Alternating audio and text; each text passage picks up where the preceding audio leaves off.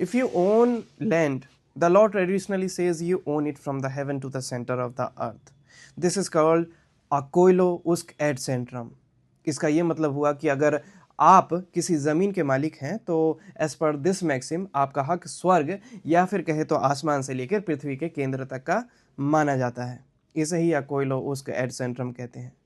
एक legal Latin term है ये अकोइलो उस्क एड सेंट्रम, जिसका अगर सीधे सीधे मतलब देखा जाए तो from heaven to the centre of the earth, ये बेसिकली इसका मतलब होता है।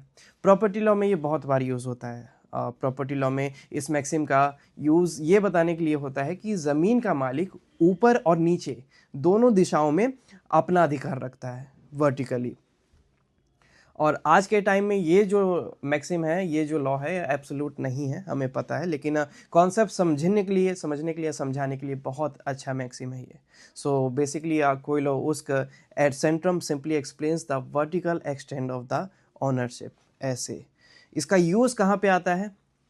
आपकी प्रॉपर्टी है, आपका लैंड है और किसी ने बालकोनी आपके लैंड पे निकाल लिया, तो आपका जो प्रॉपर्टी है वो सीधे ऊपर तक जाएगा, हवा में भी, ठीक है। तो किसी और का ट्रेस पास हो रहा है, किसी और का पोर्शन आपके हिस्से में आ रहा है, तो वो नहीं हो सकता। वहीं पर ये वाला मैक्सिम काम आता है, लेकिन इसकी कुछ लिमिटेशंस भी हैं।